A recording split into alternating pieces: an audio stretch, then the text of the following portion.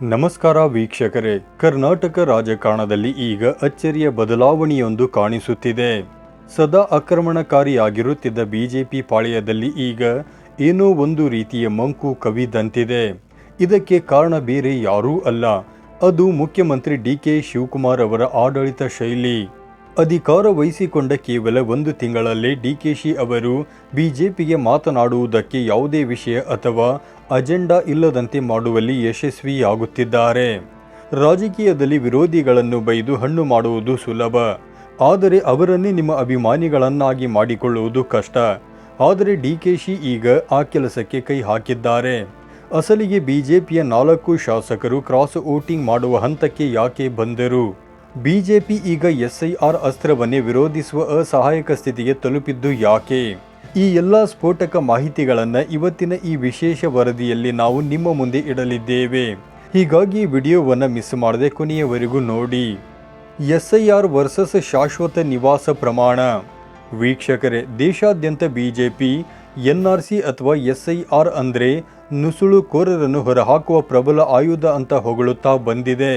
ಆದರೆ ಕರ್ನಾಟಕದಲ್ಲಿ ಮಾತ್ರ ಬಿಜೆಪಿ ಈಗ ಎಸ್ಐಆರ್ ಅನ್ನು ವಿರೋಧಿಸುವ ವಿಚಿತ್ರ ಸ್ಥಿತಿಗೆ ಬಂದಿದೆ. ಎಸ್ಐಆರ್ ಸಮರ್ಪಕವಾಗಿಲ್ಲ ಅಂತ ಮುಖ್ಯ ಚುನಾವಣಾ ಆಯುಕ್ತರಿಗೆ ದೂರನ್ನು ನೀಡಿದೆ. ಆದರೆ ಡಿ.ಕೆ. ಶಿವಕುಮಾರ್ ಅವರು ಈ ಬಗ್ಗೆ ಯಾವುದೇ ವಿವಾದಾತ್ಮಕ ಹೇಳಿಕೆ ನೀಡದೆ ತಣ್ಣಗೆ ತನ್ನ ಕೆಲಸ ನಿಭಾಯಿಸುತ್ತಿದ್ದಾರೆ. ರಾಜ್ಯದ ಎಲ್ಲ ನಾಗರಿಕರಿಗೆ ವಾಸ್ತವ್ಯ ಸರ್ಟಿಫಿಕೇಟ್ ಅಂದರೆ ಶಾಶ್ವತ ನಿವಾಸ ಪ್ರಮಾಣ ಪತ್ರ ನೀಡಲು ತಹಸೀಲ್ದಾರ್ಗಳಿಗೆ ಆದೇಶ ಹೊರಡಿಸಿದ್ದಾರೆ. ಇದು ಎಸ್ಐಆರ್ ತಂತ್ರಕ್ಕೆ ಡಿ.ಕೆ.ಶಿ ಕೊಟ್ಟ ಅತ್ಯಂತ ಪ್ರಬಲ ಪ್ರತಿತಂತ್ರ. ಜನರು ಅಲೆದಾಡಬಾರದು, ಸುಲಭವಾಗಿ ಪ್ರಮಾಣ ಪತ್ರ ಸಿಗಬೇಕು ಅನ್ನೋದು ಅವರ ಉದ್ದೇಶ.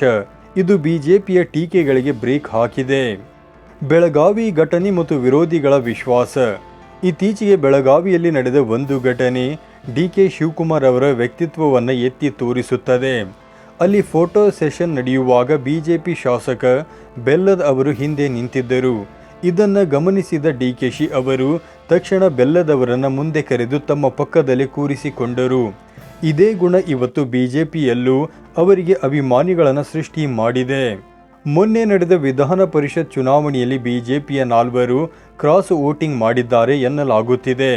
ಅದಕ್ಕೆ ಕಾರಣ ಡಿ.ಕೆ.ಶಿ ಅವರ ಈ ಎಲ್ಲರನ್ನೂ ಒಟ್ಟಿಗೆ ಕೊಂಡೊಯ್ಯುವ ಗುಣ ಎಂಬ ಅಭಿಪ್ರಾಯ ರಾಜಕೀಯ ವಲಯದಲ್ಲಿದೆ. ವಿರೋಧಿಗಳ ವಿಶ್ವಾಸ ಗಳಿಸಿಕೊಳ್ಳುವ ಈ ವಿಶಿಷ್ಟ ಗುಣ ಸಿದ್ದರಾಮಯ್ಯನವರಿಗಿಂತ ಡಿ.ಕೆ.ಶಿ ಅವರನ್ನು ಭಿನ್ನವಾಗಿ ನಿಲ್ಲಿಸುತ್ತದೆ. ದೆಹಲಿ ದರ್ಬಾರ್ ಮೋದಿ ಶಾ ಜೊತೆ ಅಭಿವೃದ್ಧಿ ಮಂತ್ರ.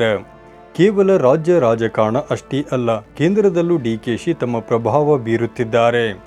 ಇತ್ತೀಚೆಗೆ ದೆಹಲಿಯಲ್ಲಿ ನಡೆದ ನೀತಿ ಆಯೋಗದ ಸಭೆಯಲ್ಲಿ ಪಾಲ್ಗೊಂಡು ಪ್ರಧಾನಿ ನರೇಂದ್ರ ಮೋದಿ, ಅಮಿತ್ ಶಾ, ನಿರ್ಮಲಾ ಸೀತಾರಾಮನ್ ಮತ್ತು ಮನೋಹರ್ ಲಾಲ್ ಖಟ್ಟರ್ ಅವರನ್ನು ಭೇಟಿ ಮಾಡಿದ್ದಾರೆ. ಬೆಂಗಳೂರು ಮೆಟ್ರೋ, ನೀರಾವರಿ ಯೋಜನೆಗಳು ಮತ್ತು ಪೊಲೀಸ್ ಇಲಾಖೆಯ ವಿಶೇಷ ಅನುದಾನಗಳ ಬಗ್ಗೆ ಗಂಭೀರವಾಗಿ ಚರ್ಚೆ ನಡೆಸಿದ್ದಾರೆ. ರಾಜ್ಯದ ಹಿತದೃಷ್ಟಿಯಿಂದ ಕೇಂದ್ರದ ಬಿಜೆಪಿ ನಾಯಕರ ಜೊತೆ ಸೌಹಾರ್ದಯುತವಾಗಿ ಕೆಲಸ ಮಾಡುವುದು ಅವರಿಗೆ ಗೊತ್ತಿದೆ.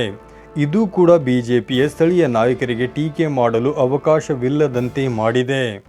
ಭಾರತ ಜೋಡೋ ಯುವಕರ ಸಂಘ ಮತ್ತು ಪಕ್ಷ ಸಂಘಟನೆ. ಈಗ ಡಿ.ಕೆ. ಶಿವಕುಮಾರ್ ಅವರು ಕಲ್ಯಾಣ ಕರ್ನಾಟಕದ ಬೀದರ್ನಿಂದ ತಮ್ಮ ರಾಜ್ಯ ಪ್ರವಾಸ ಆರಂಭಿಸಿದ್ದಾರೆ. ಇದರ ಮುಖ್ಯ ಉದ್ದೇಶ ಅಂದರೆ ಪ್ರತಿ ಪಂಚಾಯಿತಿ ಮತ್ತು ವಾರ್ಡ್ ಮಟ್ಟದಲ್ಲಿ ರಾಹುಲ್ ಗಾಂಧಿ ಅವರ ಕನಸಿನ ಭಾರತ ಜೋಡೋ ಯುವಕರ ಸಂಘ ಸ್ಥಾಪನೆ ಮಾಡುವುದು.